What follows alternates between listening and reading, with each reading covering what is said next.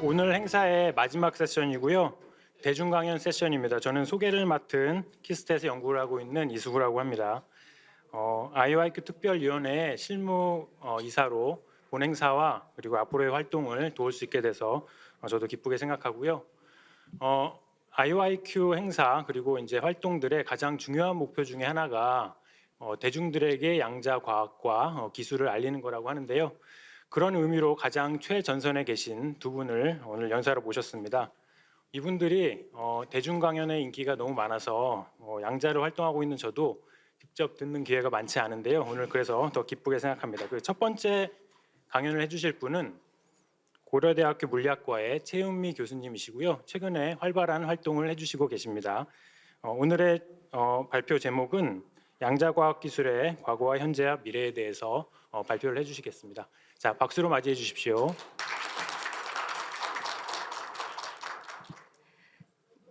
네, 안녕하세요. 고려대학교 물리학과의 최은미입니다. 오늘 이렇게 뜻깊은 선포식에서 대중 강연을 맡게 되어서 참 영광으로 생각을 하고 있습니다. 오늘 제가 주제로 양자과학 기술의 과거와 현재와 미래라고 타이틀을 잡았는데요. 오늘 저 이후에 또 대중 강연 해주실 김상욱 교수님께서 양자역학의 어려운 부분을 다 담당해 주시기로 하셔서 저는 이제 마음 편하게 이제 양자역학은 내려놓고 지금 저희가 양자역학을 어떻게 지금까지 써왔고 현재 쓰고 있고 앞으로 쓰려고 하고 있는지에 대해서 간단히 소개를 해보겠습니다. 근데 지금 대중 강연인데 사실 앞에 계신 분들이 너무 대중이 아니셔서 제가 상당히 부담스럽습니다.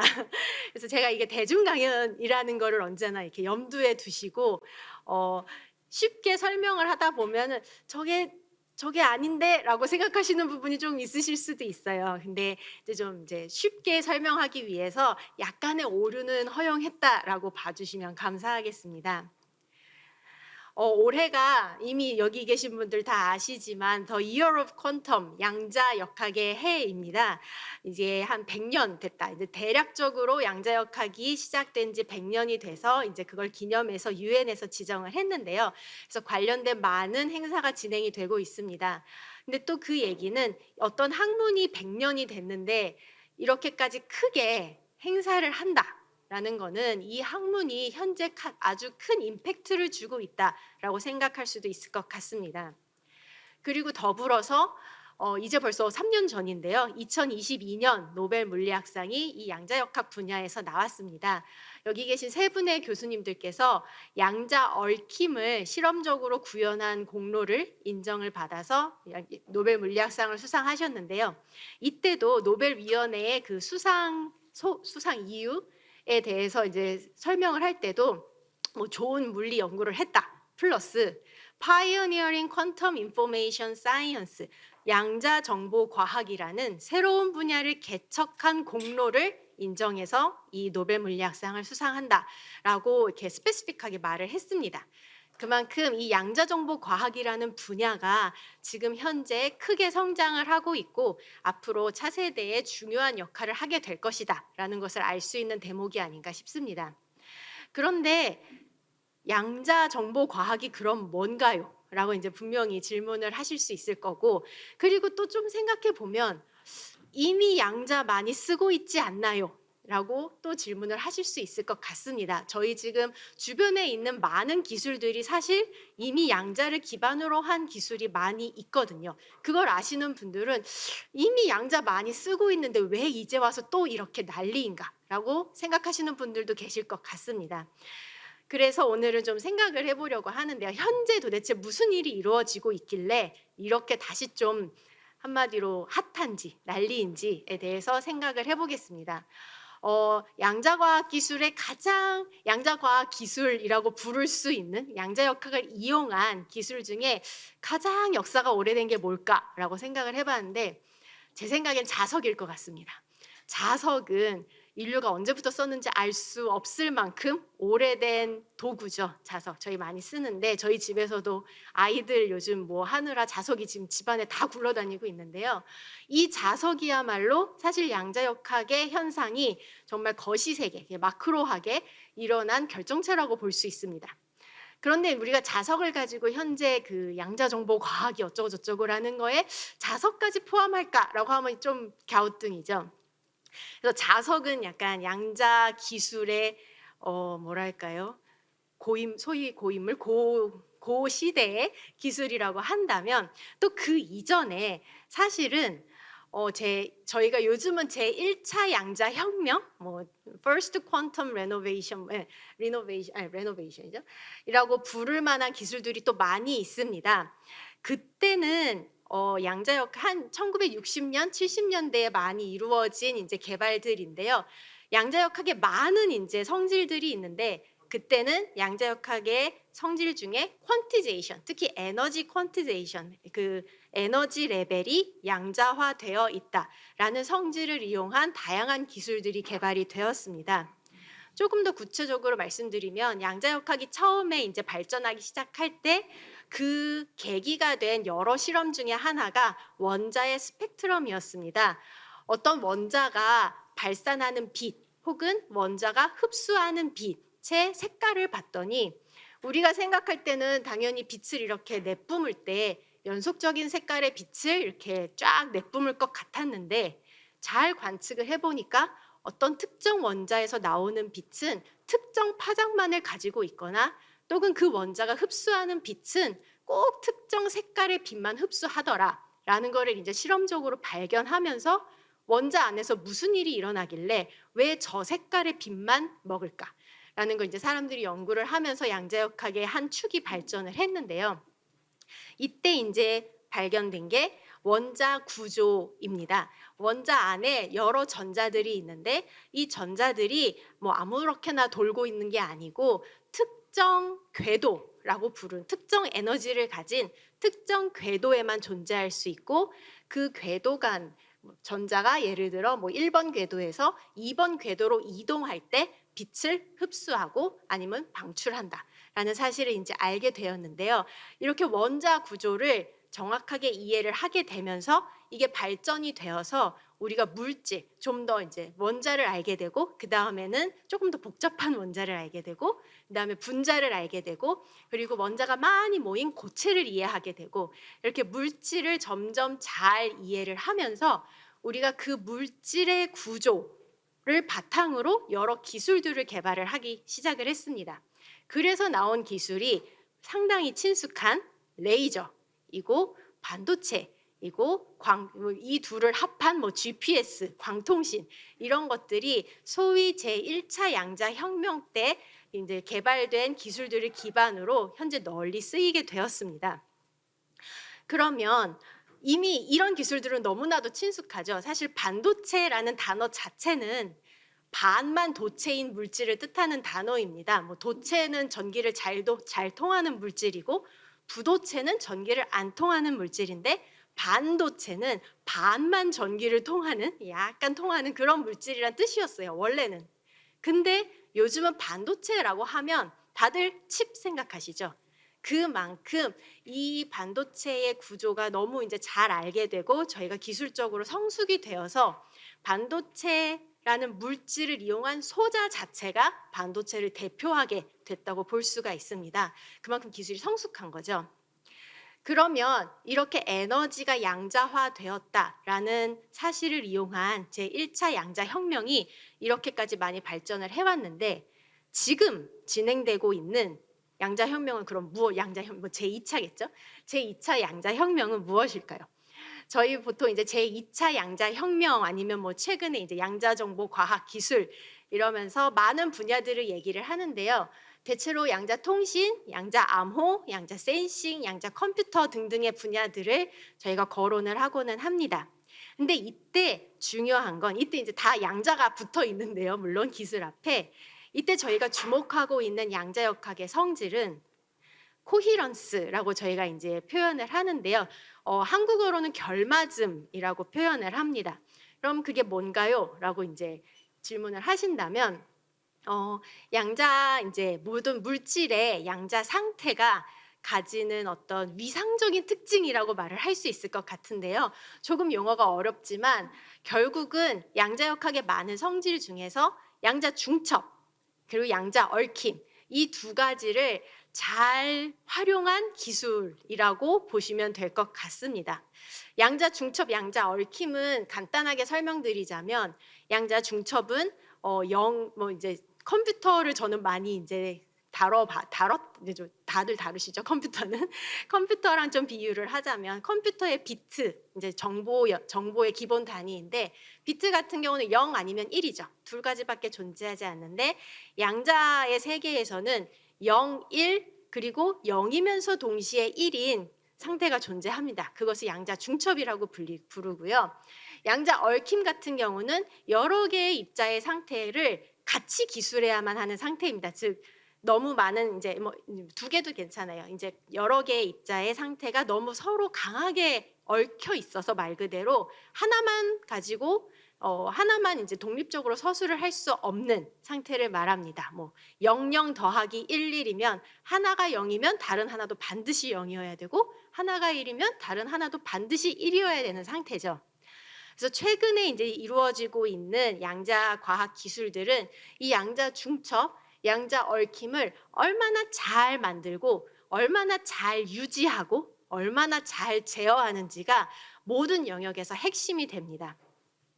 그러면 오늘 이제 대중 강연이기 때문에 제가 아까 보여드렸던 각각의 분야, 뭐 통신이라던가 센싱이라던가 컴퓨터에서 그럼 이 양자 중첩, 얽힘을 사용하면 뭐가 그렇게 좋아지는지에 대해서 간단히 이야기를 해보겠습니다.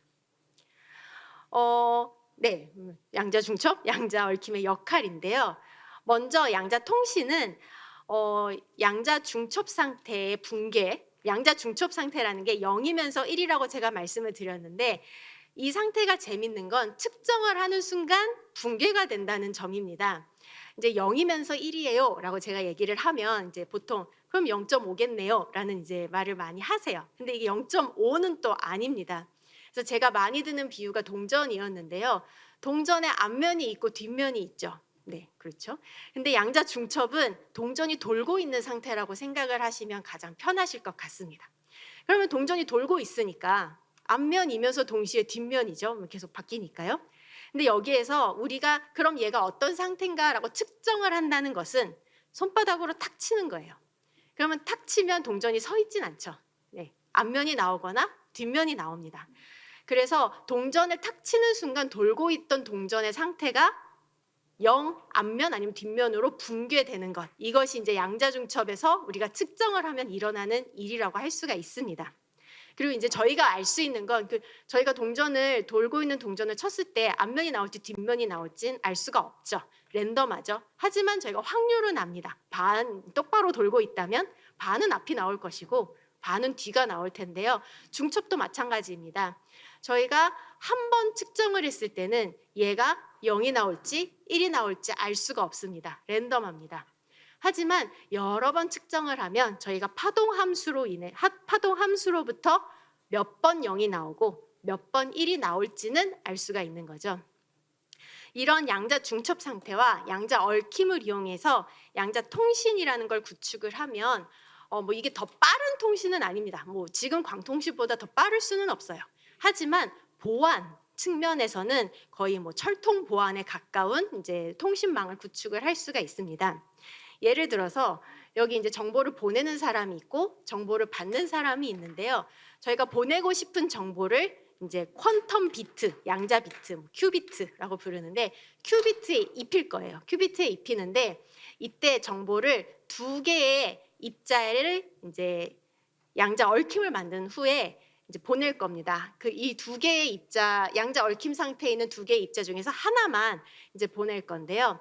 그러면 이렇게 저희가 정보를 보내면 이 받은 사람, 수신자는 이제 정보를 알기 위해서 측정을 해야겠죠. 근데 측정을 하는 순간 양자 얽힘 상태이기 때문에 수신자가 측정을 하는 순간 보낸 사람의 이제 비트, 보낸 사람이 가지고 있는 비트도 상태가 변하게 됩니다. 예를 들어 00 더하기 11 상태였다면 받은 사람이 측정해서 0이 되는 순간 이제 보낸 사람이 가지고 있던 큐비트도 0이 되겠죠. 그리고 뭐 그런데 그러면은 이제 저희가 보통 정보를 분석을 할 때 이걸 이제 여러 번 반복을 하는데요. 한 번 측정해서는 알 수가 없으니까요. 그러면 이제 받은 사람이 받은 정보의 통계치와 보낸 사람이 같이 그래서 측정했을 때의 통계치를 비교를 해서 이 통신망이 안전한지를 이제 확인을 하는 겁니다. 근데 이게 만일 중간에 정보를 보내는데 중간에 누가 봐요. 도청하는 사람이 있다고 해보겠습니다. 근데 이 도청하는 사람도 결국은 정보를 봐야 되죠. 측정을 해야 됩니다. 그냥 받아서 그대로 보내면 자기는 아무것도 얻는 게 없으니까요. 그러면 이 중간에 도청하는 사람이 도청하는 순간 이제 보낸 사람, 송신자가 가지고 있는 큐비트의 상태가 이미 변해버립니다. 그리고 도청한 사람은 그걸 아무 일도 없었다는 듯이 다시 수신자에게 보내주겠죠, 일단. 그러면은 이제 받은 사람은 이미 잘못 눌렀네요. 이미 붕괴된 큐비트를 가지고 측정을 할 텐데 그때 이 측정하는 이때 이 수신자가 측정한 통계치와 송신자가 보낸 통계치가 중간에 도청자가 있으면 바뀌게 됩니다. 이게 0, 1이라는 두 개의 이제 값으로만 설명을 하면은 명확하게 설명드리기가 어렵지만 보통 측정을 할 때 0, 1이 0, 1로 측정을 하고 0 더하기 1, 0 마이너스 1로 이렇게 또 측정을 하는데요. 이런 다양한 저희가 이제 베이시스, 뭐 축이라고 부르는데 다양한 축에서 랜덤하게 측정을 한 후에 그 통계치를 다 비교를 하면 중간에 이 도청하는 사람이 있고 없고에 따라서 통계치가 달라지게 됩니다. 그걸 통해서 이 통신망에 도청자가 있었구나, 없었구나 라는 걸 알 수 있게 되는 거죠. 그래서 도청자가 있었으면 파기하고 다시 하면 됩니다. 네, 그래서 사실 뭐 더 빠르진 않아요. 당연히 여러 번 해야 되고 뭐 또 비교도 해야 되고 해서 더 빠르진 않지만 정말 보안이 철저한 통신망을 구축할 수 있다라는 장점이 있습니다. 그 다음에는 이제 센싱인데요. 센싱 같은 경우는 상당히 다양한 센서들이 존재하죠. 근데 그 센서들이 대부분 비슷합니다. 결국 민감하게 무언가를 측정하고 싶어요. 오차 없이. 그러면 일반적인 센서라면 이왕이면 하나로 측정하는 것보다 여러 개로 측정을 하면 더 정확하겠죠. 여러 개의 측정해서 각각의 이제 값들을 다 평균을 내서 구하면 훨씬 더 정확한 결과를 얻을 수 있는데 그때 여러 개를 가지고 오면 예를 들어 100개의 센서를 가지고 측정을 하면 통계 처리를 하게 될 경우 저희가 감도를 10배 높여줄 수가 있습니다. 제곱근의 비례를 하게 됩니다. 그런데 양자 센서를 가지고 와서 양자 센서도 이제 비슷해요. 무언가를 측정합니다. 근데 그때 만일 저희가 여러 개의 양자 센서를 준비를 해서 이 아이들을 다 양자 얽힘을 만들 수 있다고 한다면 그러면 이론상으로는 100개의 센서가 있다면 100배 감도를 얻을 수가 있습니다. 즉 기존에 그냥 일반적인 센서로 양자 얽힘 없이 100개의 센서를 가지고 10배 감도를 얻었다면 이번에는 100배가 되는 거죠. 즉 100배의 감도를 얻기 위해서 일반 센서라면 10,000개가 필요했는데 이제 양자 센서라면 모든 아이들이 양자 얽힘이 되었다면 100개로 되는 거죠. 물론 100개의 센서를 양자 얽힘 만드는 게 쉽다는 건 아닙니다. 이거는 이거대로 상당히 어렵지만 어쨌든 감도를 높일 수 있는 큰 장점을 가지고 있습니다. 그래서 양자 센싱 같은 경우는 정말 다양한 분야에서 그리고 다양한 시스템에서 연구가 되고 있는데요. 일단 측정할 수 있는 대상도 너무 많습니다. 시간 측정할 수 있고 길이, 전자기장, 온도, 중력장 등등등 정말 많은 대상에서 각각의 최적화된 시스템, 뭐 예를 들어 시간이면 원자가 되겠고 전자기장이면 원자도 가능하고 뭐 MB 센터도 가능하고 이런 다양한 정말 측정하고 싶은 값에 따라서 다양한 시스템에서 양자 센서들이 개발이 되고 있고요. 그 스케일도 다양합니다. 뭐 우주 분야에서부터 중력파 같은 거에서부터 바이오, 뭐 이렇게 마이크로 단위의 작은 관측까지 다양한 스케일에서 다양한 값들을 측정을 하는 연구들이 진행이 되고 있습니다. 그리고 이제 마지막으로 컴퓨터인데요. 컴퓨터에 양자를 더하게 되면 이제 다들 양자 이제 연산이 빨라진다라고 이제 알고 계실 텐데 아주 간단하게 원리를 조금 보자면 양자 중첩에서 일단 먼저 양자 중첩이 어떻게 활약하는지를 생각해 보면 여러 경우의 수를 한 번에 계산할 수 있는 능력을 줍니다. 예를 들어 3개의 비트가 있을 때 고정 컴퓨터는 8개의 경우의 수가 있겠죠. 일반적인 디지털 컴퓨터라면 000, 001 쭉쭉쭉 해서 111까지 8가지 경우의 수가 있고 이 중에 누가 답인가를 알려면 그냥 8번 이렇게 대입해서 계산을 하면 됩니다. 아주 정직한데요. 근데 양자 컴퓨터 같은 경우는 아까 중첩 상태를 이용하면 3개의 큐비트가 다 양자 중첩 상태라면 이 하나의 상태가 옆에 8가지 경우의 수를 다 포함하고 있습니다. 즉 이 하나의 상태를 잘 측정해서 통계값 통계 처리를 잘 하면 답을 알 수가 있어요. 근데 그러면 되게 좋은데 근데 여기서 사실 한 가지 문제가 있습니다. 중첩 상태는 측정하면 한 번 측정하면 랜덤한 결과를 줍니다. 그래서 한 번 측정해서는 전혀 계산 결과를 알 수가 없어요. 여러 번 측정해야 되고 사실 측정을 많이 하면 할수록 오류가 줄어듭니다. 그러면 사실 오류 적게 결과를 알려면 얘를 한 10번 측정해야 된다라고 하면 벌써 갸우뚱 하시겠죠. 옆에서 8번이면 됐는데 양자 컴퓨터는 10번 해야 된대. 이게 뭐야? 라고 생각을 하실 텐데 이게 이제 비트의 개수가 늘어나면 늘어날수록 이야기가 달라집니다. 10개만 돼도 고정 컴퓨터 같은 경우는 2의 10승이기 때문에 약 1000여 개의 경우의 수에 대해서 다 계산을 수행해야 한다면 양자 컴퓨터는 10개의 큐비트의 양자 중첩 상태를만 잘 측정하면 되거든요. 근데 이제 잘 측정하는 게 몇 번 측정해야 되냐는 이제 뭐 연산에 따라 다르겠지만 뭐 예를 들어 한 100번만 측정해도 꽤 정확한 결과를 알 수 있다 하면 벌써 개인이 상당한 거죠. 근데 이게 비트의 개수가 이제 점점 늘어나서 100개가 되고 1000개가 되고 하면 훨씬 더 양자 컴퓨터가 파워풀한 능력을 보여주게 됩니다. 그 다음은 이제 양자 얽힘인데요. 양자 얽힘은 좀 설명하기 어려워서 개인적으로 그래서 이제 정말 좀 간단한 경우를 생각을 해봤는데요. 고정 컴퓨터 같은 경우는 한 번의 연산으로 이제 한 번 전기 신호를 주면 하나의 비트를 변화를 시킬 수가 있습니다. 그래서 예를 들어서 이제 고정 컴퓨터에서 12개의 비트가 있는데 다 0이에요. 지금 초기화를 시켜놓았고 이 아이를 다 1로 변환시키고 싶다 하면 정직하게 또 12번 열심히 하나하나 뒤집어주면 됩니다. 그런데 양자 컴퓨터에서는 만일 제가 12개의 큐비트가 있고 이 아이들을 다 양자 얽힘을 만들어 놓은 상태라면 연산 한 번으로 이 아이들을 다 1로 뒤집어 줄 수 있다고 할 수 있습니다. 정확하게 이렇게 동작을 하지는 않지만 여기 너무 전문가분들이 많으셔서 제가 상당히 조심스러운데요.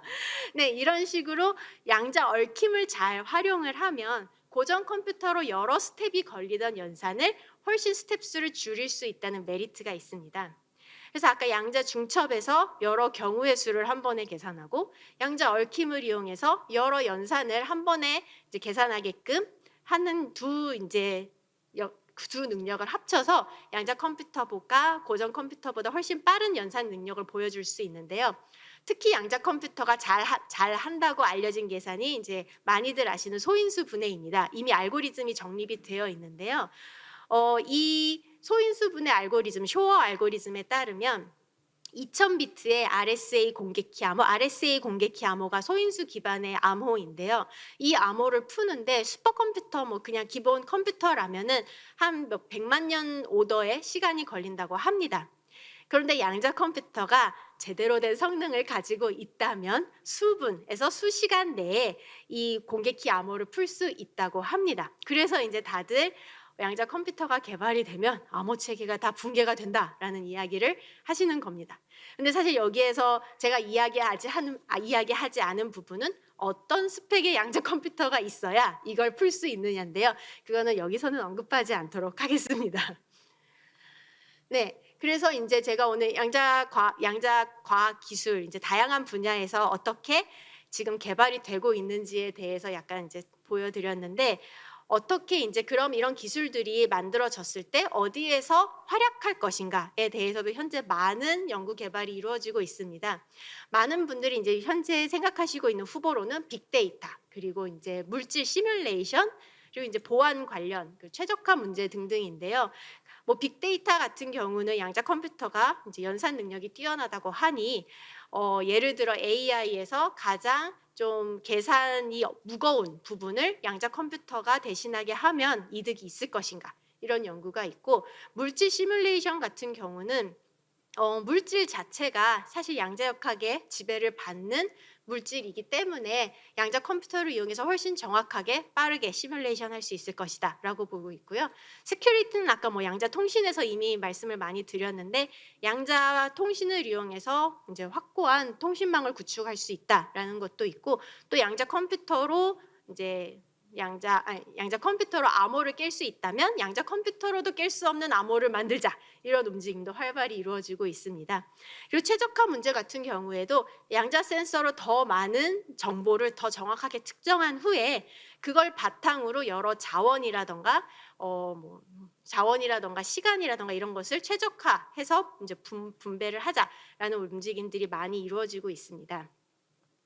그래서 뭐 분야 같은 경우는 뭐 지금은 아직은 다 연구 개발 단계이지만 많은 분야에서 관심을 가지고 양자 컴퓨터 회사들과 협업을 하고 있는데요. 뭐 물류 회사, 금융 회사, 기상도 예측하기 어려운 유체역하기 또 어려운 학문 중에 하나니까요. 그쪽에서도 혹시 양자 컴퓨터 쓰면 좋을까요? 뭐 이런 연구하고 계시고요. 배터리와 뭐 이렇게 배터리 그리고 요즘 뭐죠? 자율주행 관점에서 자동차 회사들도 많이 관심을 가지고 있습니다.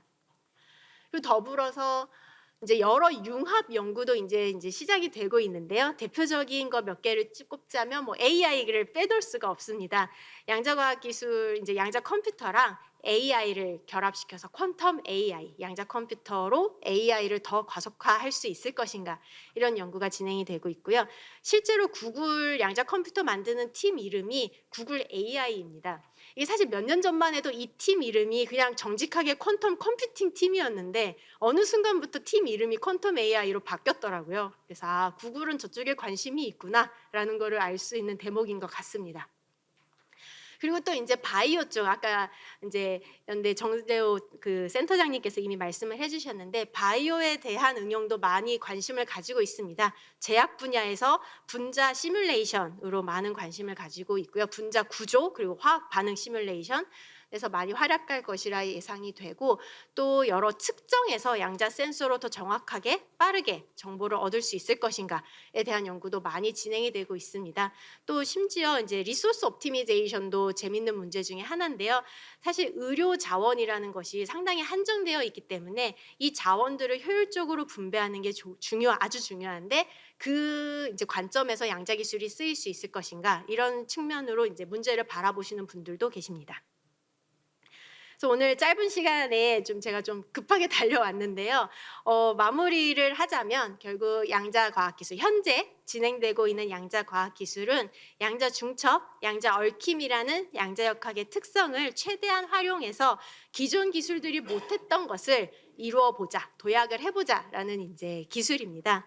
그래서 이 양자과학 기술이 잘 발전을 하면 차세대의 이제 보안이라던가 신물질 개발, 요 물질이 새로운 물질이 개발되면 뭐 새로운 에너지를 얻을 수 있는 방법이 있을 수도 있고 또 에너지를 효율적으로 분배하는 기술이 또 나올 수도 있습니다.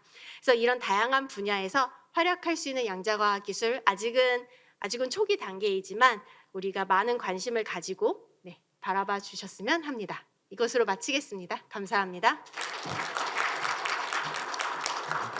네, 감사합니다. 양자과학기술 전반에 대해서 아주 쉽고 친절하게 설명을 해주셨는데요. 저희들이 질문을 플로어에서 좀 받을 수 있거든요.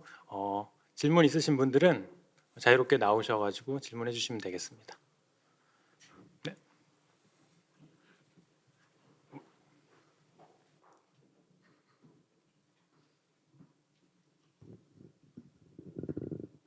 예, 조금 불편하신 질문이 될 수 있을 것 같아서 조금 죄송하다 말씀드리고요. 예, 그 현재 나와 있는 큐빗 구현 기술 중에 그러니까 이건 그러니까 그냥 교수님 개인의 의견을 여쭙는 건데 제일 앞으로 상용화될 가능성이 높은 큐빗 구현 기술이 어떤 것일 거라 기대하시는지 혹시 의견을 좀 공유해 주실 수 있을까요? 너무 어려운 질문인데요. 너무 어렵고 너무 어려운 질문이신데 일단 이제 상용화를 또 이제 아까 이제 파스칼 그 박사님께서도 말씀을 하셨는데 상용화를 어떻게 정의하냐에 따라서도 많이 답이 달라집니다.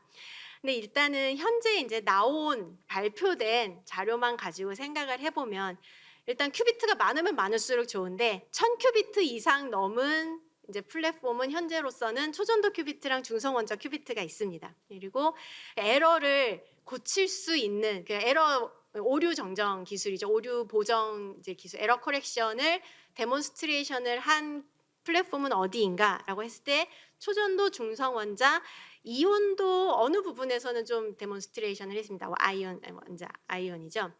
그래서 그런 걸로 이제 좀 어느 정도 유출을 할 수 있지 않을까 싶습니다. 여기까지만 답하겠습니다. 네, 감사합니다. 또 질문 저희들이 시간이 좀 있기 때문에 질문 전문적이지 않은 대중적인 시선에서의 질문도 좋습니다.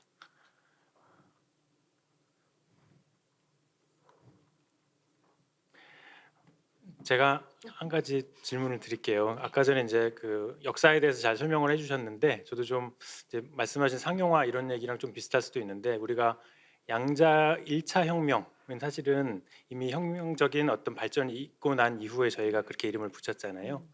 근데 2차 혁명은 저희가 약간 기대감을 담고 있잖아요. 그래서 사실은 그 혁명이 성공할 수 있다고 보시는지 개인적으로 약간 어떻게 생각하시는지 좀 궁금해서 질문을 드립니다. 네, 너무 또 어려운 질문을 하셨는데요. 그러게요. 사실 그런 저희가 지금 이제 반추했을 때 제1차 양자 혁명이었고 그때 레이저 반도체 뭐 이런 기술들이 나왔다라고 했을 때 그 기술들이 지금 우리가 사용하는 목적을 가지고 개발이 된 기술인가? 라는 질문을 하면 그거는 잘 모르겠습니다. 반도체는 반도체가 칩 회로 반도체 회로 기술은 어느 정도 지금의 청사진을 가지고 발전을 해왔을 수도 있을 것 같은데 예를 들어 GPS 이런 인터넷 이런 기술들은 사실 원래 정말 연구용으로 예전에 뭐 우주 전쟁을 하거나 그럴 때 연구용으로 만든 게 지금 이렇게까지 널리 쓰이게 된 거라서요.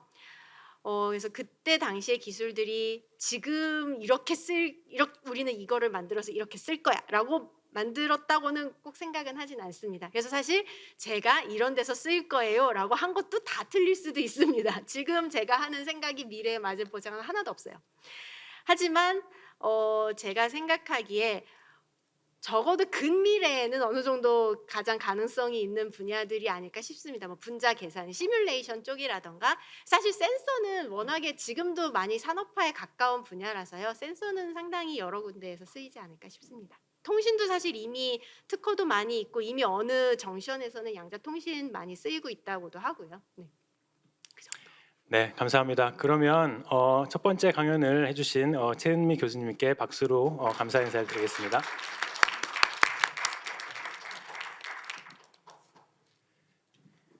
네, 저희 이제 두 번째 대중 강연자를 소개를 해드릴 텐데요. 사실은 이제 제가 굳이 설명이나 소개를 안 드려도 여러분들이 이미 익히 잘 알고 계시는 김상욱 경희대 물리학과 교수님이십니다. 저도 사실은 양자 분야에서 활동하면서 교수님을 TV에서 더 많이 뵀던 것 같아요. 그래서 이렇게 직접 뵌 것을 저도 아주 기쁘게 생각하고요. 오늘 강연해 주실 제목은 양자역학은 정말 이해할 수 없는 이론일까? 정말 이런 주제의 책이 나온다면 저도 바로 사보고 싶습니다. 오늘 어떤 강연 해주실지 궁금합니다. 네, 박수로 맞이해 주십시오. 네, 감사합니다. 우선 저를 안지혁 교수님께서 섭외하실 때 대중 강연이라고 말씀하셨는데 대중이란 무엇인가? 지금 보면은 제가 잘 알고 계시는 이제 여러 물리학자 교수님들이 앉아 계시고 그런데요. 그러니까 너무나 부담스러워서 막 미치기 직전이고요. 더군다나 왜 이런 주제를 선택했을까? 아마 그 이유는 이런 차례 너무 많아가지고요. 제가 여러 차례 비슷한 강연들을 많이 해서 오늘 또 가서 또 그 얘기를 또 할까 하다가 분명히 제 앞에 있는 최현미 교수님이 기본적인 말씀을 하실 거거든요. 그래서 그럼 나는 아예 좀 약간 좀 이상한 얘기를 해볼까? 그래서 이제 객기로 이제 제목을 드렸고요. 근데 역시나 이제 많이 어젯밤 막 후회하고 그랬는데요. 그래서 오늘은 일단 여기 앉아 계신 분들이 대중이라는 대중의 정의가 뭔지 모르겠지만 대중이라는 전제하에 일반인들이 가장 궁금해하는 부분 양자역학에서 그런 부분을 주로 얘기를 해보려고 해요. 바로 이거죠. 왜 일반인들이 양자역학을 좋아하냐면요, 이해할 수 없다고 해서 좋아하는 거더라고요. 그러니까 그 똑똑한 물리학자들조차 이해할 수 없다는 말을 아주 쉽게 하는 이론이다 보니 인간이 이해하기에 가장 어려운 이론이 이거라고들 하더라 하니까 많은 분들이 정말 흥미로워하세요. 심지어 이거는 공부를 하다가 이해가 안 돼도 문제가 없는 거잖아요. 그래서 이제 오늘 저는 주로 이게 진짜로 이해할 수 없는 것인가? 이제 이런 얘기를 좀 해보고 싶어요. 근데 당연히 양자역학에 대한 기본적인 얘기는 같이 나오게 될 텐데 아마 이런 신화를 만들게 된 거는 보어도 얘기를 했었지만 사실 파인만이 한 이야기가 가장 유명합니다. 그래서 여기서도 가장 중요한 단어는 진짜로인 것 같아요. 리얼리가 뭘까? 과연 우리는 진짜로 이해는 못했지만 뭐 조금은 이해한 걸까? 뭐 상당히 어려운 그런 문장이에요. 그래서 이해가 무엇인가부터 이야기를 해야 되는데 과연 우리가 이해를 못했다고 할 때 구체적으로 무엇을 의미하는가 하는 거죠. 여기 여러 개의 단어들을 찾아봤는데요. 문제는 뭐냐면은 이 뜻을 봐도 일단 국립국어원이 가장 그 권위가 있는 것이니까 사리를 분별하여 해석하는 거랍니다. 자, 우리 물리학자들은 양자역학을 사리를 분별하여 해석하고 있나요? 제 생각에는 이해하다는 것도 이해 못하겠어요. 이 말이 무슨 말인지를 잘 모르겠어요. 영어로 봐도 비슷한 이야기인데 어떤 것이 왜 일어났고 다음에 어떻게 작동되는지를 안다는 건데요. 우리가 과연 양자역학에 대해서 이런 것들을 모르고 있는가? 이런 질문을 해볼 수 있을 것 같아요. 그래서 아마도 결론을 미리 말하자면은 양자역학을 이해할 수 없다는 것은 좀 지나치게 과장된 표현이 아닐까라고 생각을 합니다. 그래서 양자역학은 원자를 다루는 거고요. 원자를 다루는 학문이니까 원자를 모양을 봐야 되는데 여기 이 모양을 딱 봤을 때 그 아마 최초로 이런 모습을 알게 된 사람은 러더퍼드일 거고요. 러더퍼드가 이 모양을 보고서 자신은 이해했다고 생각한 것 같은데 처음에는 너무나 아름답잖아요. 이게 태양계 모양이죠. 그럼 이걸 그 단계에서 이해한 걸까요? 물론 이해를 못했다고 곧 알게 되는데, 그러니까 이런 시스템이 안정하지 않기 때문에 이해 못했다고 할 수도 있겠지만, 사실 태양계를 물론 물리학자들은 이해했다고 말씀하시겠지만 일반인들은 지구가 태양주위를 돈다고 얘기하면은 이걸 다 안다고 하시거든요. 그리고 이해했다고 말씀하실 텐데 과연 우리는 또는 일반인들은 지구가 태양주위를 돈다는 사실을 이해했을까? 하늘 한가운데 거대한 태양이 이렇게 떠 있고요. 그 주위를 그냥 까닭 없이 이렇게 돌고 있는 건데 이렇게 이걸 다 이해했다고 생각하거든요. 과연 이건 이해한 걸까요? 근데 이거는 이해가 되는데 양자역학은 이해가 비슷한 시스템인데 이해가 안 된다고 하는 것은 도대체 어떤 기준에서 그렇게 이야기하는 걸까? 옛날에는 이 태양계 또는 우주를 이렇게 생각한 적이 있었는데요. 지금 우리가 볼 때는 정말 기괴하기 짝이 없죠. 근데 이것도 굉장히 공들여 만든 이론이라는 걸 알 수가 있어요. 일단 지구가 평평하지 않고 약간 굽어 있는 것도 반영이 돼 있고 저 이상 가보지 않았으니 모르겠지만 그 다음은 낭떠러져야겠죠. 근데 이게 우주 공간에 떠 있다는 게 가장 이상했던 것 같아요. 저희는 그걸 받아들이고 있잖아요. 물론 물리학적으로는 이상하지 않아요. 물리학자한테 이상하지 않지만 일반인들은 하늘 한 공간에 떠 있는 어떤 그 태양과 달, 지구 이런 거. 그래서 이상하니까 자꾸 밑에 뭔가 집어넣는데 코끼리를 넣어보고 다음에 코끼리도 어딘가 발을 딛고 있어야 하니까 거북이도 넣어보고 아마 이런 것들이 가장 크고 오래 살고 이런 거겠죠. 근데 결국은 이런 식으로는 안 된다는 걸 알게 되죠. 끝없이 늘어나야 되는데 이 마지막이 뭔지 모르니까 결국은 이렇게 다시 돌아가서 나름대로는 되게 그 체계를 갖춘 우주론인데요. 자, 이게 당시 사람들이 보기에 그나마 머릿속에 상상할 수 있는 모습이니까 이해가 된 걸까요? 오늘날 우리는 이것을 이해라고 생각하지 않을 것 같은데요. 사실 우리가 이 태양계를 이해한다는 뜻은 제 생각에는 F는 MA가 있기 때문에 이해한다고 생각하는 것 같아요. 무슨 말이냐면은 우린 지금도 맨눈으로 저런 구조를 볼 수는 없습니다. 사실 인간의 맨눈으로는 지구가 평평하다고 생각하게 되지 지구가 둥근다는 것도 다른 여러 가지 간접 증거들을 통해서 알 수 있는 건데요. 저렇게 우주가 생겼다는 모습을 아는 이유는 우리한테 수학 이론이 있고 이 수학 이론으로 예측되는 바대로 하늘의 천체들이 그 위치에 가 있기 때문에 우리가 이해했다고 생각을 하는 것이 아닐까 하는 거죠. 무슨 말이냐면은 이론이 있고 그 이론이 그 실제 자연현상에서 일어나는 것들을 전체는 조망할 수 없을지 모르지만 우리가 관측하거나 측정할 수 있는 영역에서 예측을 해주고 그것이 검증이 된다면 우리가 그것을 이해했다고 봐야 되지 않을까. 비록 누구도 이런 장면을 인공위성을 타고 가도 쉽지는 않죠. 이건 그냥 상상도인데요. 언제나 직접 볼 수는 없지만 직접 보는 것이 중요한 요소도 아니고요. 그래서 수학적 이론이 존재하는가가 중요한 기반이라고 생각을 합니다. 자, 그렇게 생각한다면은 아까 그 러더퍼드의 모형에서 이해할 수 없었던 부분은 바로 보어가 얘기한 이 띄엄띄엄한 궤도에 대한 문제였죠. 본인도 이해를 했다고 생각하지는 않았을 것 같아요. 본인도 이렇게 정상 상태가 존재하지만 이유는 모른다고 했으니까. 그러면 이건 어쨌든 이해를 못했다고 볼 수 있을 것 같아요. 이런 상황이어야지만 실험 결과가 나오지만 이것이 왜 그래야 하는지도 모르고 그다음에 그것을 기술하는 어떤 수학적 기반도 없었기 때문에 더더군다나 그 퀀텀 리프, 양자 점프, 그러니까 한 궤도에서 다른 궤도로 전자가 그냥 사라졌다 나타난다는 이 보의 이야기야말로 양자역학이 이해할 수 없다고 할 때 아마 이런 상황이라면 이해할 수 없을 것 같아요. 하지만 이제 이 상황을 타개하기 위해서 우리가 역사적으로 알고 있지만 이제 일단 사실 이렇게 띄엄띄엄 돼 있다는 것 때문에 양자역학이라는 이름이 붙었고요. 이 이름이 많은 오해를 불러일으키는 것 중에 하나이긴 합니다. 양자 컴퓨터를 만들거나 그럴 때 띄엄띄엄 하기만 하면 양자 컴퓨터라는 그런 오해가 생겨 있는데 어떤 분들은 절대 그렇진 않고요.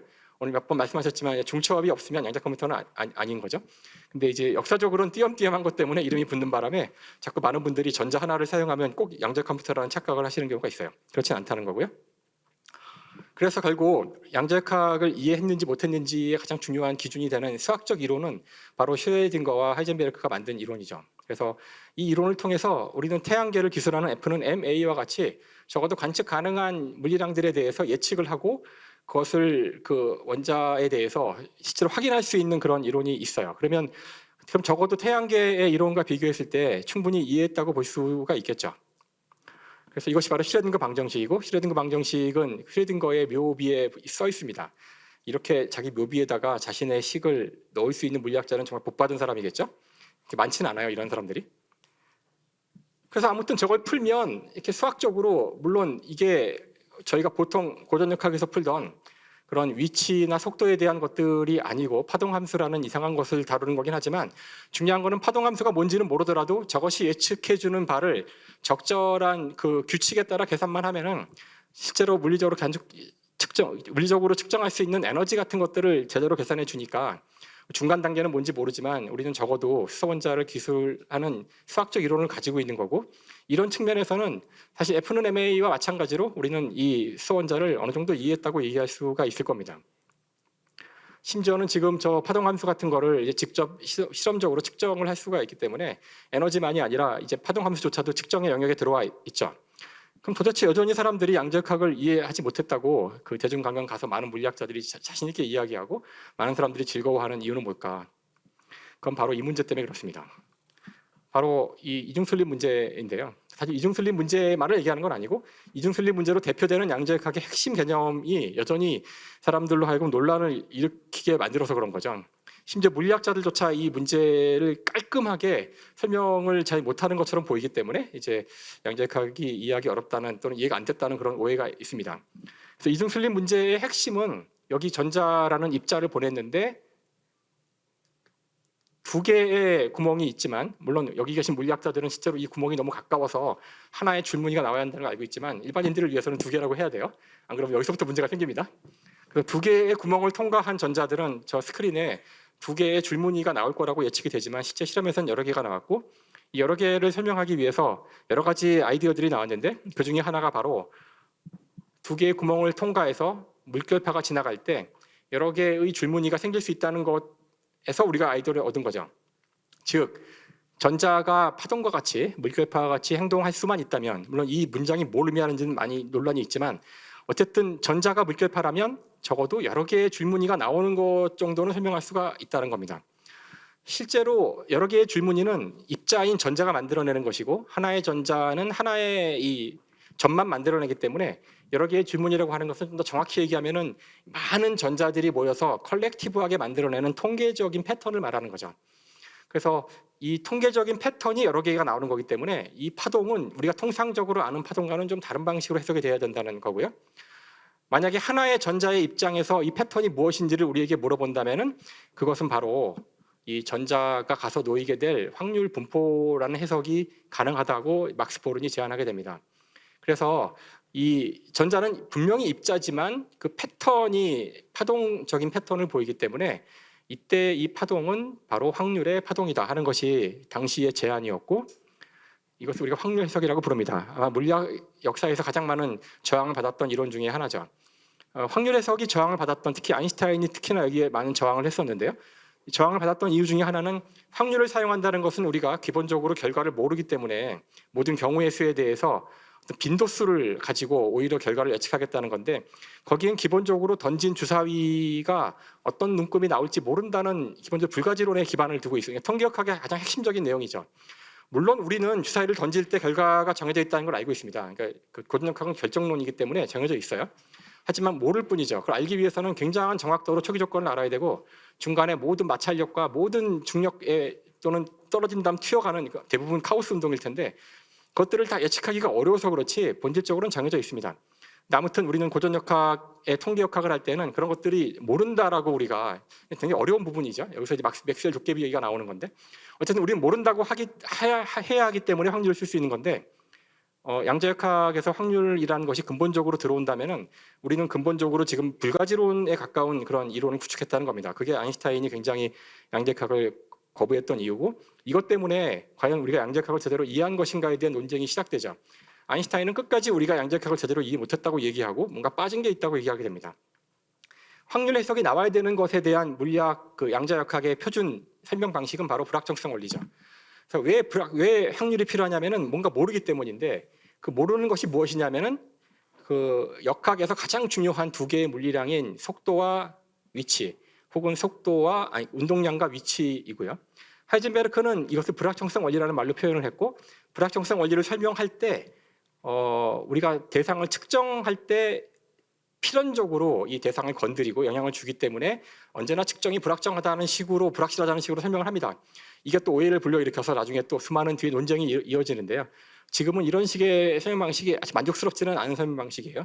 아무튼 당시로서는 어쨌든 하나의 프레임워크가 이제 완성이 된 겁니다. 양자역학을 우리가 이해한다고 할 때 가장 이해하기 어려웠던 부분들이 이렇게 지금 껴맞춰진 거죠.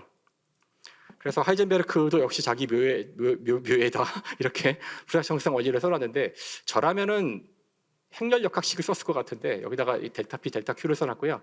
참고로 막스 보른의 묘비에는 PQ 마이너스 QP가 I분의 H바 그 커뮤테이터식이 있어요. 그러니까 아주 잘 만들어 놓은 거죠.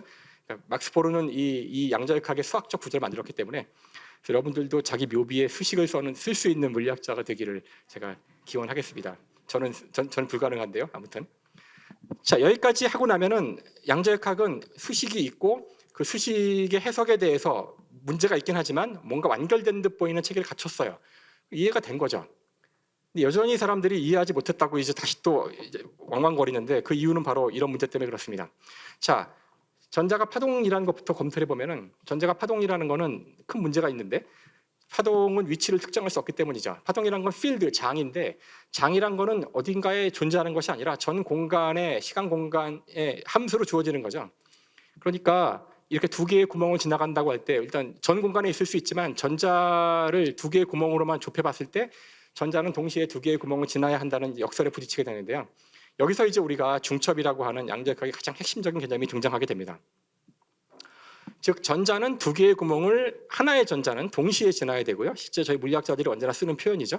저도 처음엔 이상했지만 이제 많이 쓰다 보니까 하나도 이상하지 않아요. 이제는 이상하지 않은데 어쨌든 되게 이상한 거긴 합니다. 아마 이것 때문에 이제 이해가 안 된다고 하는 걸 것 같아요. 어떻게 서로 동시에 존재할 수 없는 두 개의 상태가 공존할 수 있는 것인가?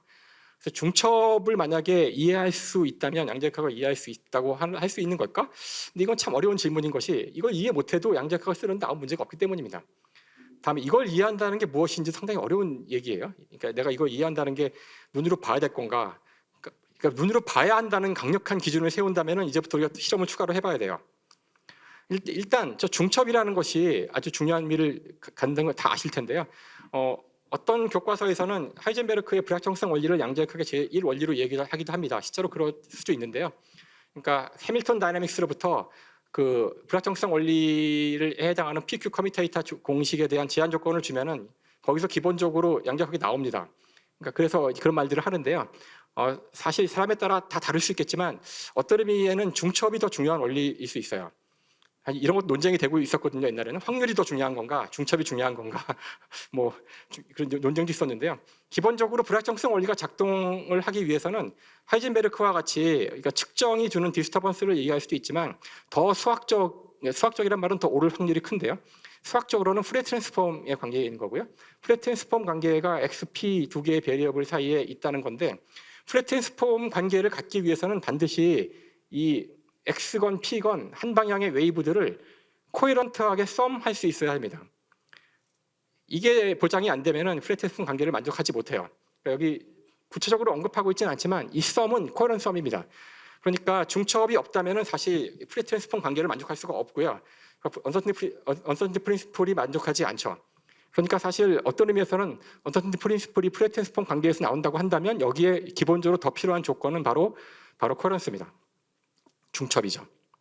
그래서 지금까지 한 얘기를 정리해 보면 대체적으로 이런 로직으로 양자역학에서 그 양자역학의 틀을 설명하는데요. 입자와 파동의 이중성이 먼저 발견되죠. 20세기 초에. 많은 논란이 있었지만 저건 이중성은 받아들여졌고요. 문제는 입자가 어떻게 파동같이 행동하냐는 건데 그 파동은 확률의 파동이라는 식으로 설명이 됩니다. 문제는 왜 갑자기 물리학에 불가지론, 확률이 들어왔냐는 건데 우리가 무엇인가 모르기 때문이고 그 모르는 이유가 불확정성 원리라는 거죠. 그래서 1, 2, 3으로 해서 완결이 된 건데 그랬을 때 문제는 저 중첩이 이 안에서 나오게 되는데 기본적으로 저 첫 번째 때문에 나오는 거죠. 사실 입자와 파동성이라는 것 때문에 입자는 파동같이 행동해야 되는 그 상황이 중첩을 만들어냅니다. 여기 이 로직에선 그래요. 그러니까 중첩은 굉장히 중요한 느낌으로 보이고 하지만 중첩만 맞다면은 불확정성 원리가 나올 수 있기 때문에 사실은 어떤 의미에서는 지금 중첩이 굉장히 중요한 위치를 차지한다는 걸 알 수가 있어요. 자, 그런데 여전히 문제는 뭐냐면은 그럼 정말로 중첩이 되어 있는가? 정말로 전자는 동시에 두 개의 구멍을 지나는가 하는 질문을 할 수 있고요. 우리가 이것을 이해한다는 것이 실제로 두 개의 구멍을 동시에 지나는 전자를 보는 것과 같다라고 한다면 이게 맞는지는 알 수 없지만 그런 조건이 우리한테 편안한 마음을 줄 수는 있거든요. 언제나 물리학자들은 확인하길 바라니까 실험을 했을 때 전자를 쏘고 전자의 평균 속도를 알 때 전자가 슬릿을 지나갈 때쯤 사진기를 들이대면 이렇게 동시에 두 개의 구멍을 지나는 전자를 볼 수 있으면 되는데 한 개의 전자를 보냈을 때요. 뭐 여기 계신 분들이야 당연히 즉각적으로 아시겠지만 이런 일은 절대 일어날 수가 없죠. 전자는 반으로 쪼개지지도 않고 하나의 전자가 두 배로 늘어나지도 않습니다. 이런 일은 일어나서는 안 되고 이것이 일어나는 순간 물리학의 모든 법칙이 다 깨지죠. 실제로 실험을 해보면은 동시에 두 개의 구멍을 지나는 상태를 볼 수가 없고요. 왼쪽 아니면 오른쪽이 50%의 확률로 나오게 됩니다. 그러니까 우리는 우리의 이해라는 그 조건을 눈으로 직접 보는 거라는 전제를 세우는 순간 중첩은 절대로 이해할 수 없다는 뜻이에요. 그런 이해에 대한 크리테리언을 세우면 이해할 수 없습니다. 어쨌든 오른쪽 왼쪽 중에 한 곳만 나왔기 때문에 물리적으로는 문제가 없고 왜냐하면 모든 법칙은 구했으니까요. 문제가 생긴 거는 동시에 두 개의 구멍을 지난다는 말만 거짓말이 된 거죠. 근데 다행히도 그것도 거짓말이 아닌 것이 자 이거 다시 한번 보여드리면 그래서 중첩이 저 두 번째 거하고도 연결이 되는데 즉 확률이 나오게 되는 조건은 기본적으로 중첩이 깨질 때 확률이 나오게 되죠. 그래서 확률도 역시 중첩과 밀접한 관계가 있고 중첩을 확률로 만드는 과정이 지금 뭐가 날아갔는데요. 관측이라는 측정이라는 것이 필요하게 됩니다. 네, 측정이 있게 되면 그래서 결국 이 모든 세 가지가 다 중첩과 연결이 되어 있다는 걸 알 수가 있어요. 그래서 사실 중첩이 양자역학의 가장 중요한 특성인 건 맞습니다. 그래서 중첩을 이해하면 다 이해하는 거죠. 자, 그래서 아까 그 측정을 했을 때 실제 전자는 오른쪽 왼쪽 둘 중에 하나의 그런 구멍만 지나가는데 우리가 기대했던 거랑 다르죠. 근데 문제가 없다고 이제 물리학자들이 얘기를 하는데 문제가 없는 것과 이해한 거는 또 같진 않아요. 일단 문제가 없는 게 중요하죠. 문제가 없는 것이 중요한데 문제가 없는 것은 이건 지금 눈이 있는 이유가 보고 있다는 얘기입니다. 어디로 가는지 보고 있으면은 오른쪽 아니면 왼쪽으로만 갔으니까 당연히 스크린에는 두 개의 선만 나와야 되고요. 이건 문제가 없습니다. 문제가 있다면은 아까는 여러 개가 나온다고 했는데 왜 두 개밖에 안 나왔는지가 문제겠죠. 아까는 왜 여러 개가 나왔냐면은 그때 보지 않았기 때문이라는 거죠. 그래서 기본적으로 양자역학은 정합성에 있어서 문제가 없습니다. 근데 여전히 이상하다는 느낌만 들지만 정합적이기 때문에 문제는 없고요. 우리가 동시에 두 개의 구멍을 지난다는 중첩의 정의를 있는 그대로 확인하겠다는 그런 마음만 버리면 이 체계 자체는 현재까지로서는 모순은 전혀 발생하고 있지 않은 거죠. 그래서 제가 좋아하는 짤인데요. 네, 무궁화 꽃이 피었으니 다 이거 딱 보여드리면 요즘 아이들은 다 이해하더라고요. 어떤 이게 뭔지를. 네, 그래서 이제 안 볼 때는 여러 개 질문이, 볼 때는 두 개 질문이가 나온다는 거죠. 그러니까 이게 이상하다고 생각하면 또 다시 이 얘기를 해야 됩니다. 그러니까 사실 이게 더 자연스럽고 이게 더 좋은 거죠. 이렇게 되기 때문에 물리 법칙이 깨지지 않은 거고요. 다 정합적이 됐지만 여전히 이게 이상하다면 이게 이상하다는 얘기는 어떤 측면이냐면은 도대체 내가 본다는 것이 왜 상황을 바꾸냐는 거죠. 뉴턴 역학에서는 한 번도 우리가 행성이나 물체를 본다고 해서 궤적이 바뀌는 일이 벌어지지 않았기 때문이잖아요. 그러니까 이 문제가 이상하다면 그게 이상한 겁니다. 관측을 잘 이해 못하겠다는 거죠. 그래서 관측에 대해서 제가 길게 얘기를 썼다가 다 빼버렸는데요. 지금 답만 보여드리면 될 것 같으니까 현재 우리가 이해하고 있는, 그러니까 다수의 물리학자들이 동의하고 있는 관측은 바로 이 슈레딩거 고양이와 관련된 것인데요. 슈레딩거 고양이도 자세하게 설명을 이제 안 해도 될 것 같더라고요. 요즘 많은 분들이 이걸 아세요. 그래서 이제 양자역학이 많이 이제 대중화되면서 이 슈레딩거 고양이가 뭔지를 설명할 필요는 없어요. 근데 여기서 핵심은 뭐냐면은 이 슈레딩거 고양이와 같이 거시적인 물체에도 중첩할 수 있는가가 질문이거든요. 그러니까 전자와 원자가 동시에 두 개의 구멍을 지나는 건 하나도 이제 이상하지 않은데 매일 보는 일이니까요. 문제는 왜 고양이는 그걸 못하냐는 거죠. 그냥 고양이도 원자로 되어 있잖아요. 고양이 몸을 이루는 개별 원자들은 동시에 두 개의 구멍을 지나는데 왜 원자를 아보가드로스만큼 모아놓으면 안 되냐는 겁니다. 이건 굉장히 중요한 질문이죠. 세상 모든 것은 원자로 되어 있으니까. 자, 그것에 대한 답은 당연히 실험이 답을 줍니다. 물리는 모든 지문에 대한 답을 실험이 주는데 고양이를 던질 수는 없지만 고양이만큼 무거운 걸 던지면 되겠죠. 그래서 C60라는 거대한 분자를, 이 정도면 고양이인데요. 우리가 보기에는 나노미터지만. 그래서 C60를 던졌을 때 간섭무늬가 나왔고요. 이중슬릿. 더 큰 분자를 던져도 간섭무늬가 나옵니다. 최근에 훨씬 더 큰 분자를 던져도 간섭무늬가 나왔죠. 사실 이 실험의 핵심은 고양이까지 가더라도 여전히 간섭무늬가 나올 거라는 예측을 하고 있는 것이 중요한 것이 아니라 이 실험이 얼마나 어려운지가 중요한 겁니다. 이 실험은 대단히 어려운 실험이에요. 왜 이 실험들을 우리가 쉽게 못하냐면은 이런 거대한 물체들의 그 드브로이 랭스가 너무 짧기 때문에 간섭계를 만들 때 간섭계의 그 슬릿 간격이 원자 핵 정도가 돼야 됩니다. 거의 불가능하죠. 이런 실험들은 사실 아주 특수한 간섭계를 사용합니다. 이중슬릿이 아니라 탈봇 간섭계라 그래서 보통 우리가 이렇게 쏘고서 이렇게 그 수직 방향으로 무늬를 보는데요. 이 간섭계는 쏘고서 이 수평 방향으로 간섭 무늬를 보는 독특한. 그러면은 그 드브로이 그 웨이브랭스와 그 해상도 관계가 바뀌거든요. 그래서 이런 실험들을 할 수 있는데요. 또 얼마나 이 실험이 어려운지를 우리에게 알려줬던 거죠. 그러니까 즉 간섭을 보기 위해서는 디코런스를 막아야 되고 측정을 막아야 되는데 그것이 얼마나 어려운지를 보여주는 겁니다. 그래서 이 분자가 날아가는 동안에 진공 상태가 필요합니다. 그래서 진공이 깨지면 단 하나의 질소 분자라도 이 분자와 컬리전하게 되면은 그 순간 간섭문이 다 깨지죠. 이걸 좀 더 실험적으로 얘기하면은 이 분자가 날아가는 이 챔버, 이 길이가 모두 2m쯤 되는데요. 이 전체가 진공이 돼야 되고 이 진공의 정도는 민 프리패스가 2m 이상이 돼야 한다는 뜻이죠. 그래서 진공도가 낮아져서 민 프리패스가 2m보다 짧아지게 되는 순간 적어도 한 번의 충돌을 하게 되는데 그때부터 간섭문이 사라집니다. 그러니까 이게 지금 뭘 얘기하는 거냐면은 이 측정이라는 것이 그 오랫동안 오해되어 왔던 것이 그 인간의 어떤 지능을 가진 생명체가 대상을 보고 관측 그 자료를 데이터를 얻어서 이해하는 이런 걸 측정인 줄 알았는데 그게 아니라 단 하나의 공기 분자와의 충돌이 측정이라는 겁니다. 그래서 이제 오늘날 우리는 이 측정을 그 시스템과 인바이러먼트, 이게 우리의 시스템이고 그것이 아닌 모든 게 주변 환경 인바이러먼트인데요. 이 둘 사이의 상호작용으로 측정을 설명할 수 있게 됐고요. 측정은 굉장히 아주 광범위한 그런 걸 설명하는 거였죠. 그래서 코헤런스가 결 맞음이기 때문에 디코런스를 결 어긋남이라고 저는 쓰고 싶은데 아직 우리나라에서 이 용어가 통일이 안 됐어요.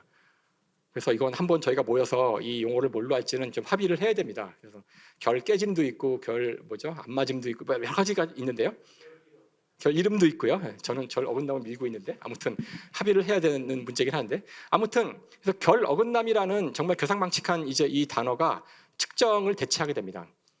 자, 이렇게 되면은 이제 사실 측정을 할 때 왜 갑자기 전자는 두 개의 줄무늬가 나오게 됐는가? 왜냐하면 결 어긋남이 일어났기 때문이고 결 어긋남이란 것은 인간이 보는 것과 무관하게 그 시스템이 외부와 상호작용을 하는 것만으로도 일어난다는 겁니다. 그래서 슈레딩거 고양이 문제에 대한 답은 뭐냐면은 슈레딩거 고양이는 우리가 보는 것과 상관없이 죽어있거나 살아있는 거죠. 이미 결정된 상태에 있습니다. 이미 고양이는 수많은 공기 분자와 물론 진공 중에 넣으면 다르겠지만 이미 이 상온에 있는 옆에 상자 안에 있는 고양이는 그 죽었는지 살았는지 모른다는 건 우리 인간의 문제고요. 이 우주는 답을 알고 있어요. 여기서 우주란 것은 고양이 근처에 있는 작은 분자들이죠. 그래서 결정이 되어 있는 겁니다. 우리 인간만 모르는 거죠. 그래서 사실 그건 패러독스도 아니고 뭐 역설도 아닙니다. 오늘날 우리는 적어도 이 디코런스의 이론을 통해서 이 측정 문제를 대부분 이해했다고 생각하는데 여전히 항상 그렇잖아요. 여전히 뭔가 부족하는 사람들이 있고 이제 그분들이 새로운 또 해석을 내놓습니다. 그래서 일반인들이 좋아하는 다중 해석, 다세계 해석도 있고요. 여러 가지 해석들이 있어요. 기본적으로 이런 수식을 보면은 일반인들은 구토 증세를 느끼지만 기본적으로 이 측정이라는 것은 결국 고양이라는 시스템 혹은 저 스위프트라는 시스템과 이 시스템을 제외한 우주 전체로 기술되는 양자 상태를 통해서 완벽하게 기술이 가능합니다. 그래서 이런 아주 단순한 포멀리즘인데요. 이 포멀리즘을 써서 양자역학의 표준적인 방식으로 해석을 하면은 어느 정도 디코런스가 일어났고 어느 정도 측정이 됐을 때 어느 정도로 간섭 무늬가 사라질지에 대해서 정량적인 예측을 할 수 있으니까 사실 우리가 아까도 이야기했듯이 F는 MA로 우주에서 움직이는 천체들의 움직임을 정량적 예측이 가능하다면은 그걸 이해했다고 봐야 되는 그런 기준이라면은 사실 양자 측정도 이해하지 못했다고 얘기하기는 좀 힘들어요. 지금 물론 다 되는 건 아니기 때문에 여전히 논란이 있지만 상당히 많은 시스템에 대해서 이런 식으로 기술될 수 있는 단순한 상황이 상당히 많은데요. 그런 경우라면은 이제는 우리는 어느 정도 디코런스 측정조차도 설명할 수 있으니까 이해했다고 보는 것이 옳겠죠. 그래서 저 기준이 맞다면은 히렌과 고양이는 가능한데요. 이것이 가능하려면은 측정을 막아야 됩니다. 고양이와 인바이러먼트의 모든 상호작용을 다 막아야 돼요. 그러니까 저도 간섭문이 보일 수가 있습니다. 물론 김상욱이 많아야지만 되겠지만 던져야 되니까요. 김상욱이 동시에 두 개의 문을 지나려면은 저와 외부와의 모든 상호작용을 끊어야 돼요. 그러니까 진공 중에 들어가야 되니까 죽겠죠. 빛도 다 차단해야 되고요. 제 몸에서 떨어지는 모든 원자를 다 막아 단 하나의 원자도 안 됩니다. 그러니까 그게 사실상 그러니까 이게 중요한 얘기는 인프린시플은 가능하지만 실제적으로 안 되는 거죠. 그래서 사이즈가 커질수록 어려워지는 거고 사이즈가 작을 때는 외부와의 상호작용을 막기가 쉽기 때문에 더 쉽게 우리가 양자효과를 봤다는 거지 기본적으로 사이즈는 중요한 문제도 아니었다는 겁니다. 그게 현재 우리가 이해하는 방식이에요. 그래서 뭐 큰 무리가 없이 이 측정까지도 다 이해할 수 있는 상황인 것이죠. 하지만 여기도 약간 문제가 있는데 어떤 문제가 있냐면은 사람들이 또 시비를 겁니다. 저런 식의 측정의 설명은 어떤 문제가 있냐면은 파인만이 이야기했던 측정이죠. 파인만의 그 Lectures on Physics 모든 사람들이 이 책을 보고 저도 이런 식으로 오랫동안 측정을 이해해 왔는데요. 이중서릿을 지나가는 전자를 측정했을 때 왜 간섭 무늬가 사라지냐면은 날아간 빛이 전자를 때리는 순간 전자도 입자기 때문에 전자가 모멘텀 트랜스퍼를 하게 되고 그때 트랜스퍼한 모멘텀 때문에 이 간섭 무늬가 흔들려서 즉 전자의 궤적이 흔들려서 간섭 무늬가 사라진다는 겁니다. 그래서 그러기 위해서는 이때 사용하는 빛의 파장이 중요한 문제가 돼요. 왜냐하면 그때 트랜스퍼하는 모멘텀의 크기는 드브로이 공식에 의해서 대략 그 람다분의 h로 주어지는데요. 그 빛을 사용해서 이 전자를 보더라도 전자가 어느 구멍으로 가는지를 알기 위해서는 이 해상도가 두 개의 구멍 중에 하나를 가릴 수 있을 만큼 돼야 돼요. 여기 계신 물리학자분들은 알겠지만 이 빛을 사용해서 측정을 할 때 해상도는 대략 파장 정도가 됩니다. 그러니까 적어도 이중슬립 간격이 D라면 D보다 작은 파장을 갖는 빛을 사용해서 이 관측을 해야 한다는 거고요. 파장이 작아질수록 운동량은 커지기 때문에 트레이드 오프 공식이 나와요. 그래서 아주 흥미로운 건데 우리가 어느 구멍을 지났는지 알 정도의 작은 파장으로 측정을 하면 그 모멘텀 트랜스퍼가 그 프린지 패턴 하나를 움직일 정도가 된다는 걸 볼 수가 있으니까 아주 아름답게 그 측정이 간섭 무늬를 사라지게 하는 걸 설명하고 있죠. 그래서 이 파인만의 얘기가 맞다면 장파장의 빛으로 전자의 위치를 측정하면 간섭 무늬가 살아남을 거란 얘기고요. 왜냐하면 그런 측정을 해봤자 어차피 해상도가 떨어져서 어디로 가는지 모르거든요. 실제로 그렇습니다. 너무나 아름다운 설명이죠. 근데 이 설명을 싫어하는 사람들이 있었는데 왜 싫어하냐면은 측정의 전 과정을 아까도 그랬지만 너무나 미케니컬하게 설명한다는 거예요.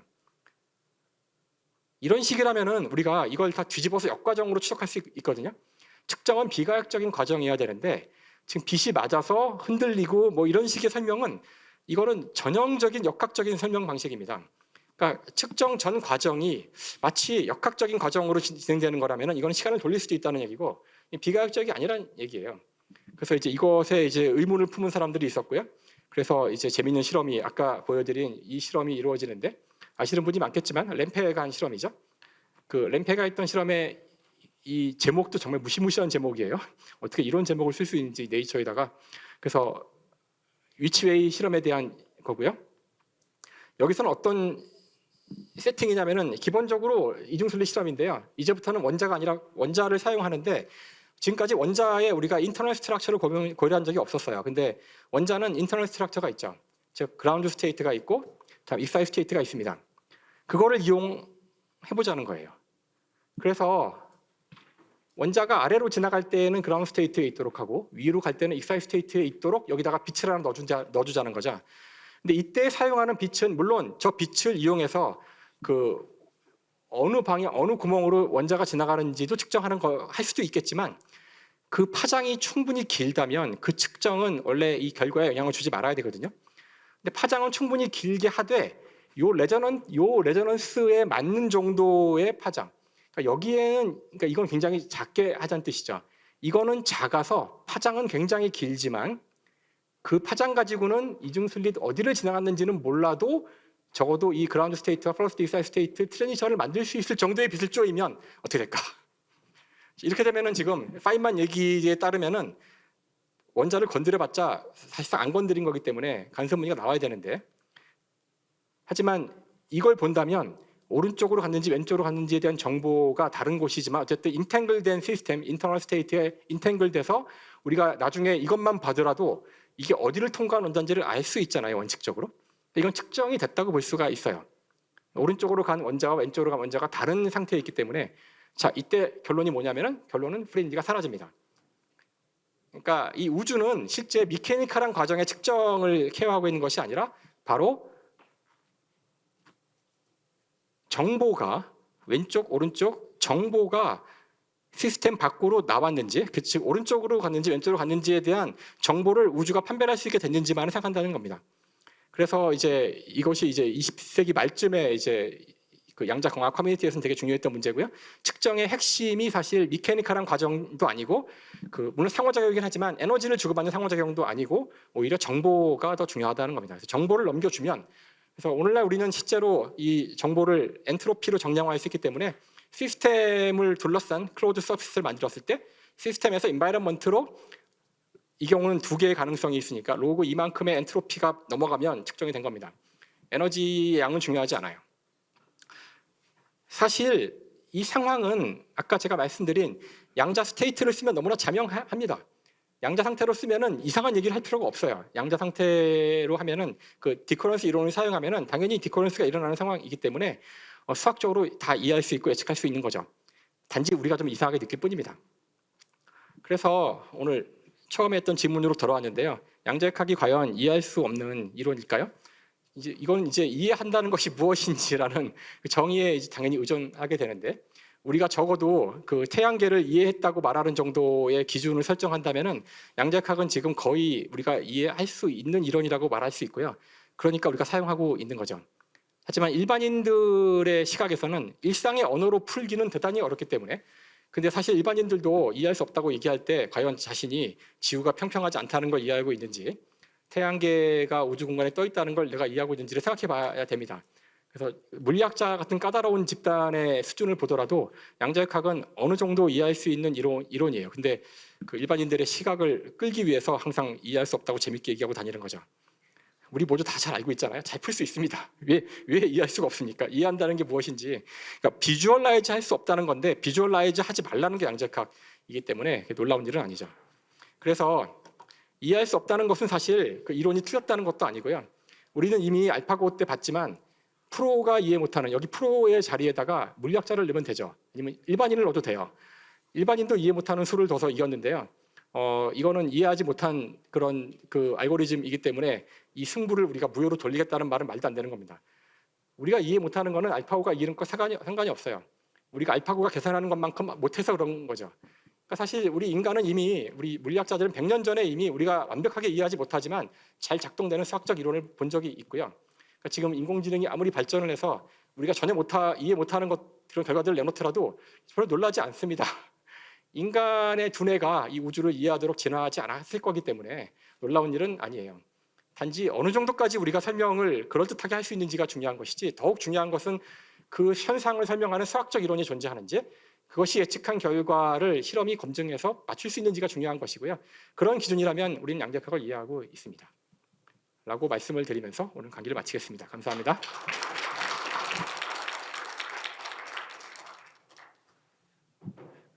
너무 재미있는 강연을 해주셔서 다시 한번 감사드리고 이 강연으로 저희가 양자역학을 이제 이해할 수 있다라는 믿음을 갖게 됐는지는 모르지만 내일 또 이해를- 신문 나가는 거 아닌가요? 김상욱 교수 양자역학 이해했다고 주장한 거 나가는 거 아닌가요? 이해란 무엇인가에 대한 새로운 질문을 얻어가는 그런 강연이었던 것 같습니다. 그 질문이 많으실 것 같은데 질문 자유롭게 해주시면 좋을 것 같습니다. 예, 추리소설 같은 흥미진진한 강연 정말 감사드립니다. 그 마지막 말미에 하신 말씀을 비춰보면 그러면 중첩원리라는 건 그냥 수학적인 도구에 불과한 거고 물리적인 실제는 과학적으로 실제하는 거는 정보뿐인 거라고 생각해도 되는 건가요? 그게 아니면 그렇게 생각하는 게 양자역학을 이해하는 또 하나의 어떤 틀이 될 수밖에 없는 건가요? 질문이 좀 어려울 수 있을 것 아니요, 같은데요. 실제를 정리해 주실 수 있으면 예. 그러니까 이게 좀 논란이 많은 개념인 건 저도 알고 있어요. 근데 이제 우리가 세상을 이해한다고 얘기를 할 때 지금 말하고 있는 어떤 이론 틀이나 수학적인 틀에 매치되는 뭔가가 우리 너머에 있는지 그거를 실험으로 확인할 수 있는지를 근거로 생각을 할 수 있을 텐데 그러면 중첩이 우리의 의식, 우리의 어떤 지식이나 우리를 넘어서는 영역에 뭐 중첩에 해당하는 게 있는 게 중첩인 게 아니라 실제는 정보만 있다고 생각이 드는 거냐는 거죠.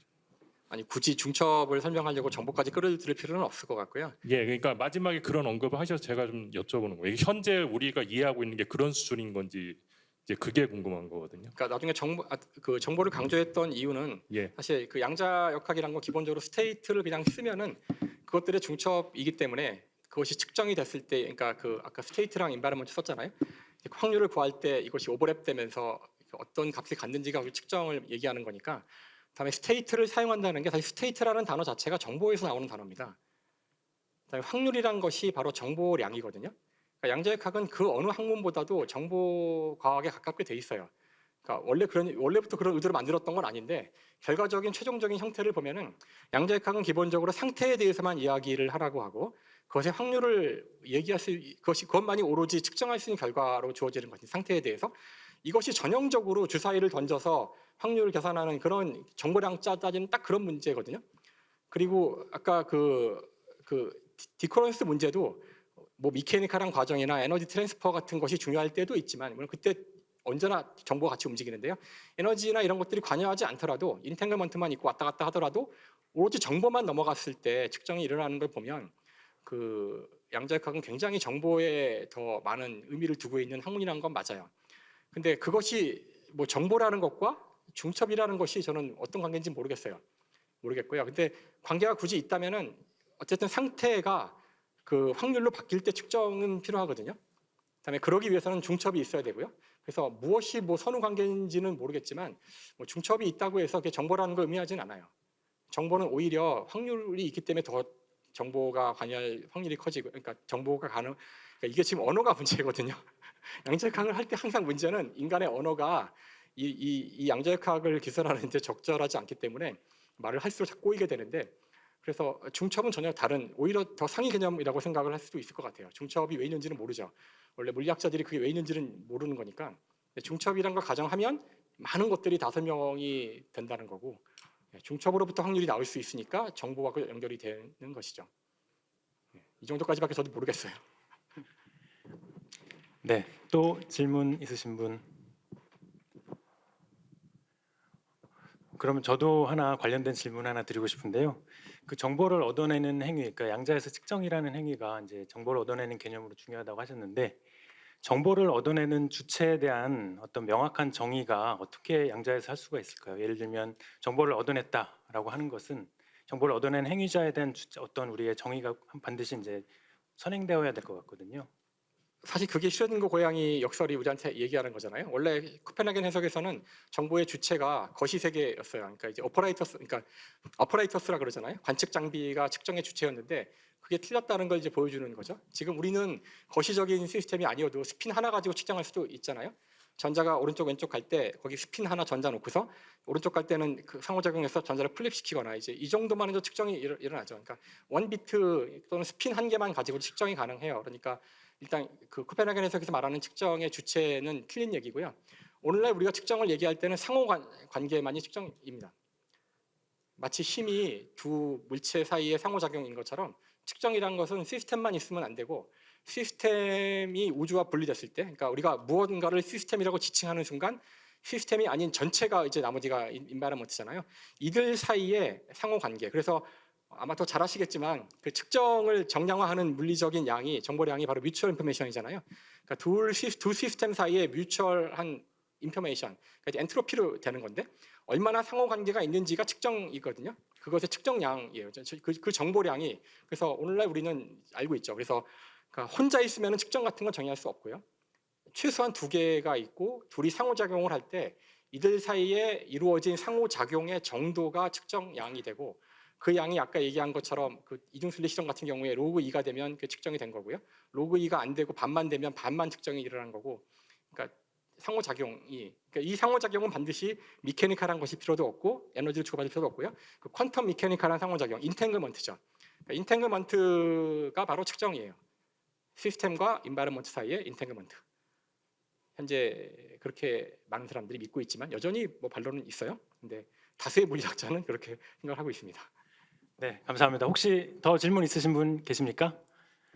네, 없으시면 그럼 너무 재밌는 강연해 주신 김상학 교수님께 네, 감사합니다. 감사의 박수를 보내주십시오.